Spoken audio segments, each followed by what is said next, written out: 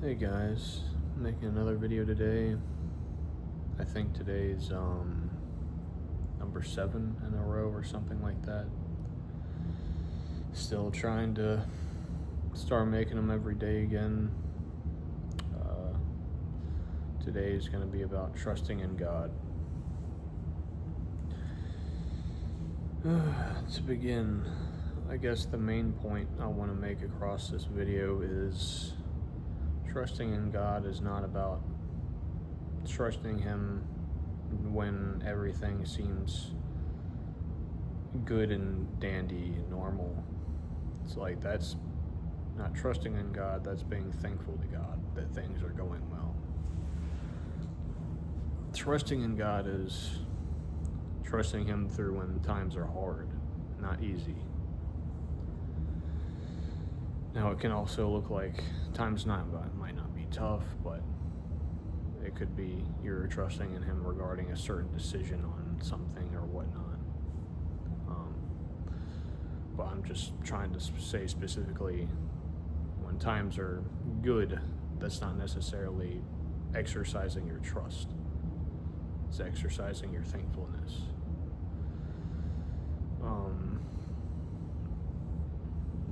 Yeah. Like for me, the reason I even wanted to make this video and the idea popped in my head, because I have like a list of ideas for videos and stuff, but this idea kind of popped in my head, was because I have been having teeth problems lately. Went to the dentist and they told me I have to have a root canal done, which is fun and great. And honestly, I've been kind of worried about it because like I think I've said before that I've had like anxiety problems throughout like my teenage years up until now, but now that I live on my own, it's not even so much about general anxiety, it's about the hit to my wallet, just to be honest, that I'm worried about. And not only that, but for me, I don't ever really feel the pain of it during the day. It's been happening for the past week and a half, maybe at night. So that's why I went to the dentist and they said, oh yeah, you gotta have a root canal done. I was able to see them finally after a week or so, a week and a half. And yeah, at night it can get pretty bad. Like the pain can get pretty bad. Especially last night. Last night the pain it's in my molar actually, not just a normal tooth, which is great. Pain got pretty bad last night, just to be honest. It got to the point where I felt like I was going crazy. Praying over and over for God to help me through it. And He did at a point, but it made me realize, you can't just,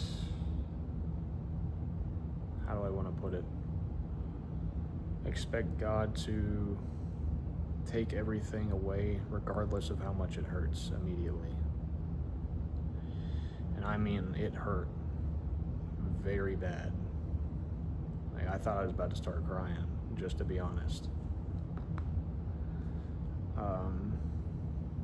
I was trying everything to get it to stop, trying to bite down on like something else to make the pressure even out, trying to take ibuprofen, trying to whatever, and it was not helping at all.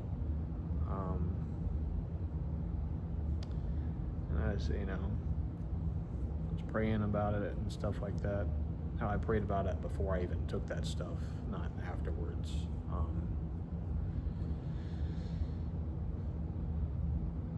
I think because it felt like in my head God kind of reminded me that I have ibuprofen. I completely forgot I had any. So it didn't really feel like so much like, oh, I'm not trusting in God by taking this. It felt more like God would kind of reminded me that I had it. use, I guess.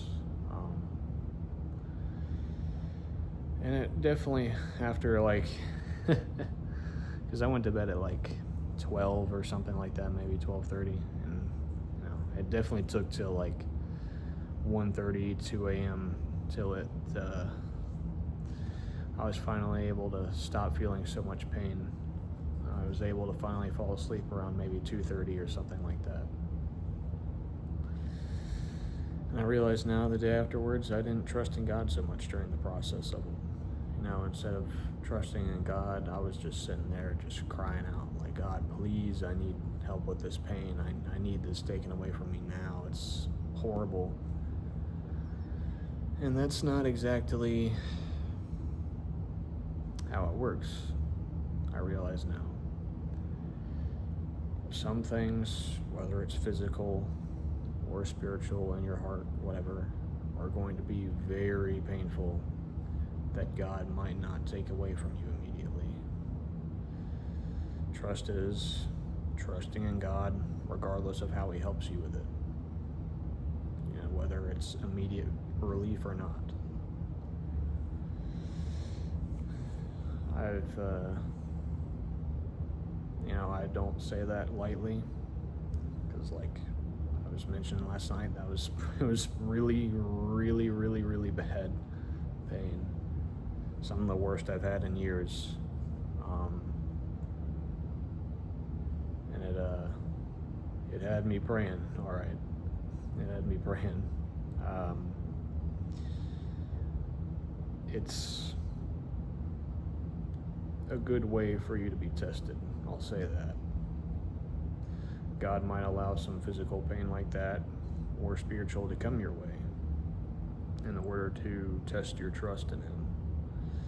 And I'll be honest, I think I did not, if it was a test, I did not score very well. I would have gotten maybe like a C. Because, I pray, I was like, God, please help me with this. I didn't just sit there and not pray to Him. I guess that's why I wouldn't say I got an F. But at the same time, I was like, God, please, please, please. I wasn't sitting there trying to... What I think I should have done is be more calm in spirit, regardless of how much I'm hurting physically. And, that's... being able to exercise that sort of trust and patience, regardless of physical pain, is something I am not capable of yet, to be honest. So I want to, give that sort of, advice to you all, anyone who watches this, is that lots of times things will not be taken away from you immediately as an exercise of trust. And I'll be honest, I think it's necessary. I think it's a good thing that God doesn't take away everything immediately that's like hurting us or whatnot. You'll realize as you get closer to God and the Spirit, or reading the scriptures and all that tests and suffering really is beneficial. Like really, really, really, really is beneficial. I'm sure you've heard many times, that you must be put through the fire and made like gold in order to, be what you need to be. You can't be the unfinished product before the smelter to be what you need to be. It's not something I say lightly, because some of the tests we go through are very difficult. So it's going to be different for each person what that test is. It might be about the same thing for some people, but how it happens is going to be different.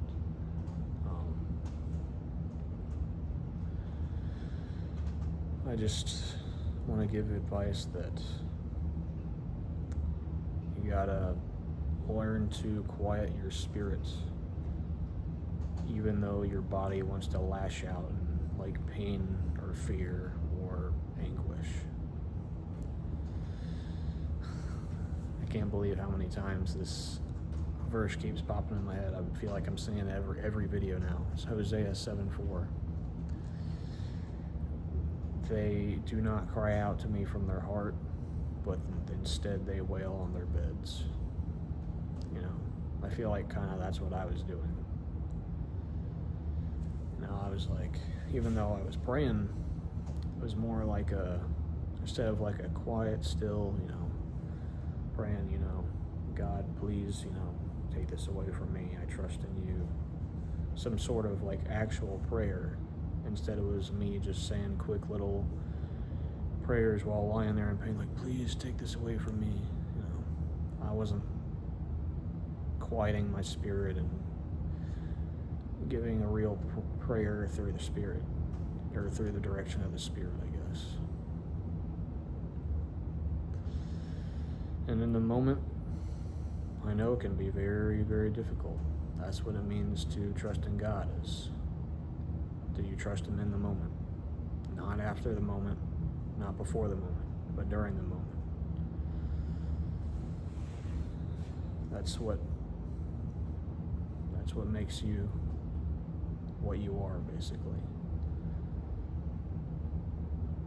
Is what you are in the moment. Which I could make an entirely separate video about, honestly, is in the moment. And I think I have actually written that down on my list of ideas. If I haven't, I will, about being in the moment.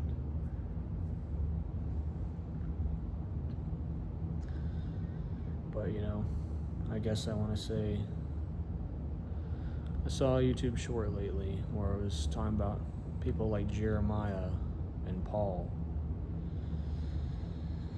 People who were abandoned, felt lonely, felt whatever it was, hated by all the others around them. Went through some sort of physical torture. Then through the entire thing, they trusted in God. You know, like, I think it was Jeremiah was put down in a well and starved until later on he was taken back out. I can't remember why the king or the person in charge took him back out of the well. I think it was because they needed him to prophesy about something, about a battle that was going on, or I can't believe I don't remember right now, but yeah, you know, of course, you know, Paul was put in chains in prison many times and tortured many times. And, you know, one of the things that we know about Paul is that how much he trusted in God through all of that. You know, for me, it was like I gave up. Well, I didn't give up, but like didn't do a good job just through some tooth pain, you know. Meanwhile, these guys are like getting lashed on the back, beaten with rods, just straight up hit in the face, kicked in the head, you know, almost to the point of death. You know, I believe it was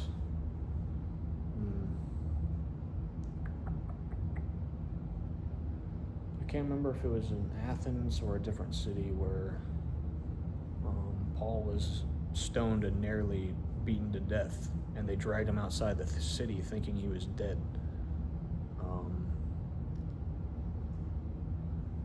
But, you know, he trusted in God through the whole thing. After it was over, the other believers came to check on him and his body, got right back up and went right back into the city to continue doing what he was doing. He didn't run away in fear or anything like that. He didn't say, God, how could you let this happen to me? He just went right back in. It's about how you handle things in the moment. How you handle, you know, the mission God's put before you. Whether it's a small mission like a test of trust, or a larger mission like Paul had to bring the gospel to the Gentiles.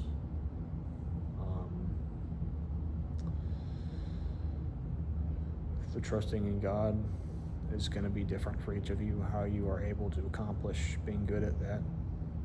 You know, like I said, because one of the reasons is the way your test is going to be different from someone else's.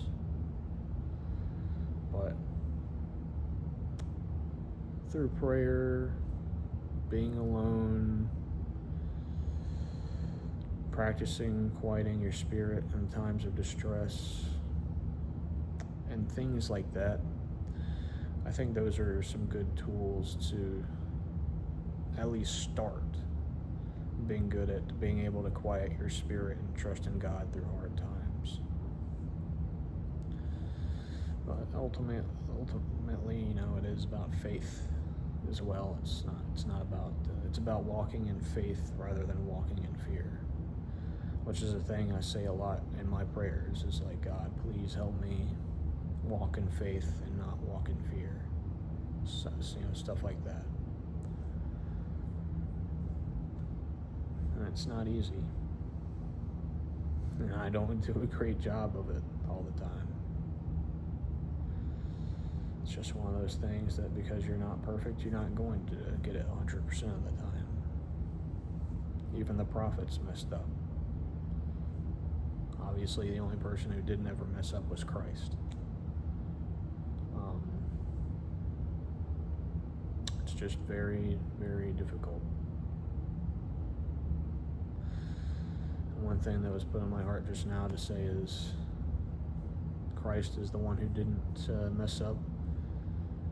When he said, Father, why have you forsaken me, and stuff like that, I don't believe that was him actually in the moment faltering. That was him reciting the Psalms that the Spirit had David write down. It wasn't him it was him fulfilling what was written down before, rather than actually, you know, not trusting in the Father. Which is something a lot of Muslims point out as they see that, and they immediately think, oh, he gave up in the end. He's not really the Son of God or whatever, stuff like that.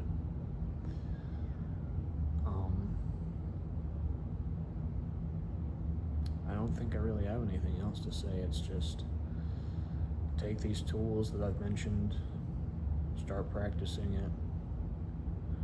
You know, even when, not especially, but also when times are easy, practice them. Always practice them. Because, you know, it's not good to just practice them when you need them during the hard times. You need to be able to keep it up so that when the hard times come again, you're not bad at it. You know, you don't fall off as a younger person, as myself would say. Someone who's older probably wouldn't understand that. Say, you know, if someone's not as good at something as they used to be, they've fallen off.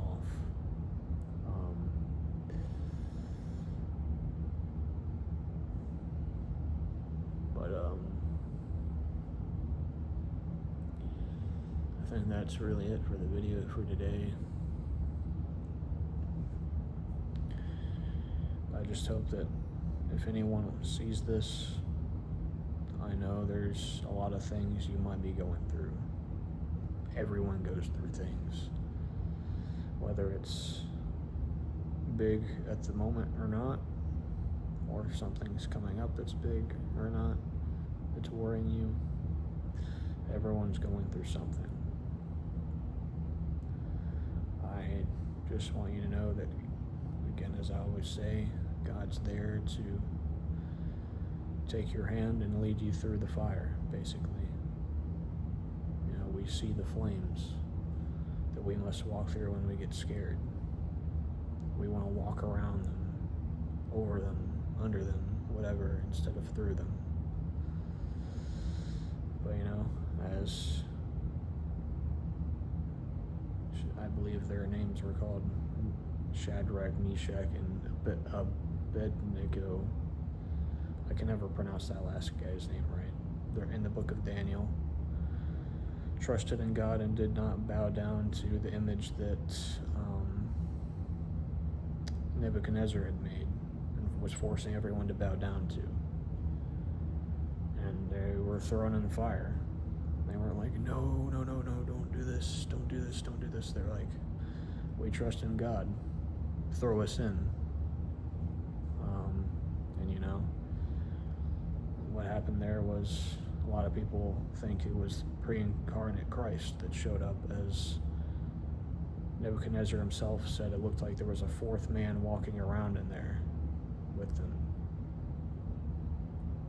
Because I think they were all tied, they were like tied up, I think, or something like that, their arms or something, so they couldn't be just walking around. So he said that there was a fourth man there walking around that looks like an angel. You know, God will help you through the flames if you just trust in Him.